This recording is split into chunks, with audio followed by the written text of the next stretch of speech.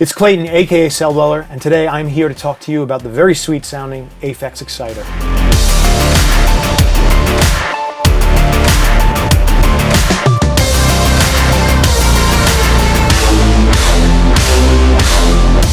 So the Aphex Exciter has been around for a while. I owned a 1U rack version of it in the 90s when I was touring with my project Circle of Dust, and I used it in my guitar rig to kind of beef up the sound of my guitar amp live. And all these years later, they have combined the Exciter with the Big Bottom circuit, and now they've got this new unit here that includes both the Aphex Exciter circuit and the Aphex Big Bottom circuit. So at its core, you've got two channels. You can use as either two mono channels or a stereo channel. You have individual control over the Exciter portion of it and the Big Bottom portion of it. You can use just one or the other, or both in combination. And I'm going to give you examples of all that coming up here now. So we have our two Big Bottom circuits here and our two Exciter channels here, and you can use them as just one mono channel, two mono channels, or if you use them in stereo, you just would change these knobs together on both the Big Bottom circuit and the Exciter circuit. This engages the effect, and if you disengage it, there's no effect, the audio just passes through. The cool thing about the Exciter is this is not an EQ. Your audio is actually passing through untouched from the input to the output. And what happens is it splits off a little sidechain amount that processes the audio and then mixes it back in. And you mix your signal back in by using these amount knobs on each circuit. So if you have the amount all the way down, these other knobs don't matter because they're not doing anything. So in the Big Bottom circuit, you have your drive setting, which drives the compressor, which will really tighten up your low end. So the more you drive it, the more you're going to hear that bass kind of booming. And then you have your frequency range. So this will select the frequency range. Everything under that frequency that you select is being processed by this circuit. And then your amount is how much is actually being mixed back in at the final output.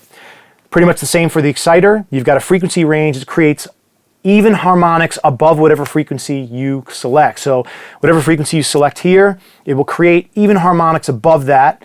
This is the amount of harmonics you have here, and this is the amount of that sound that is mixed back into your final circuit. And then of course you can engage it by doing that, and you will hear a difference. So why don't we look at some examples of running some audio through the Exciter.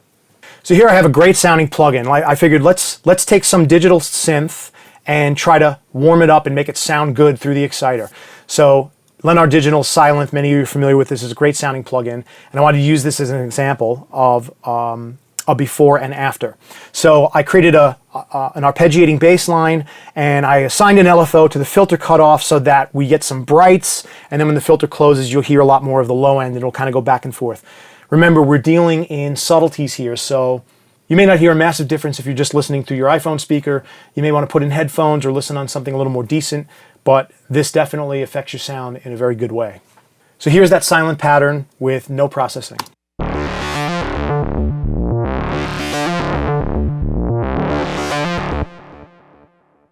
Now I've dialed in some settings on the Exciter, and I'm going to engage the effect and listen for the difference when I do that.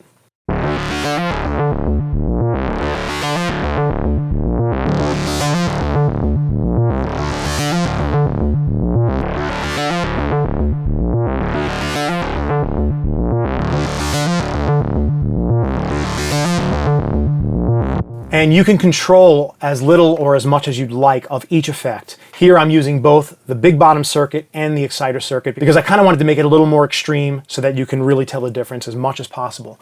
But the Exciter can be as subtle or as extreme as you want to make it. So I have some beats and some top end things here I made a little kind of pattern out of, and I want to show you what that sounds like pre-Exciter.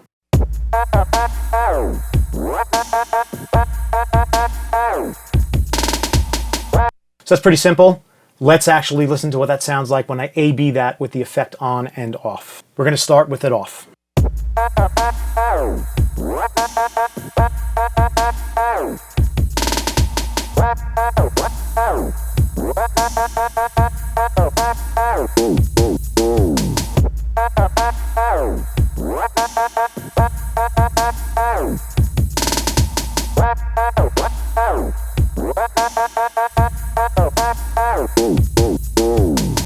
You can hear a lot more clarity in the top end. You can hear the low end getting more solid and beefed up.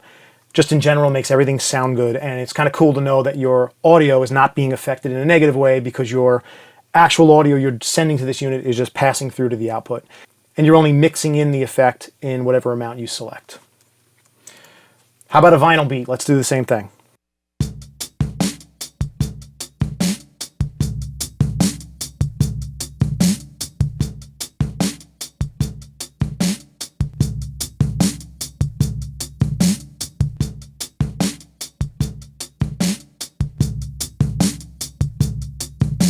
That sounds pretty good. You can hear a pretty radical difference on that loop. And again, it's subjective. You can dial in as little or as much as you want. So this thing really is great for live instruments, which I didn't even show you, but guitars, which I used to use, vocals, whatever you want to kind of liven up. This is great for electronic music production, really any kind of music production. You can even run your entire mix through that. So I kind of took all the elements you just heard today and kind of blended them together into a pseudo track. I'm not writing an opus by any means, but here's an example of taking all of those things I have in one shot and running it through the exciter. Let's start with it off and then I'll pop it in. You can hear the difference.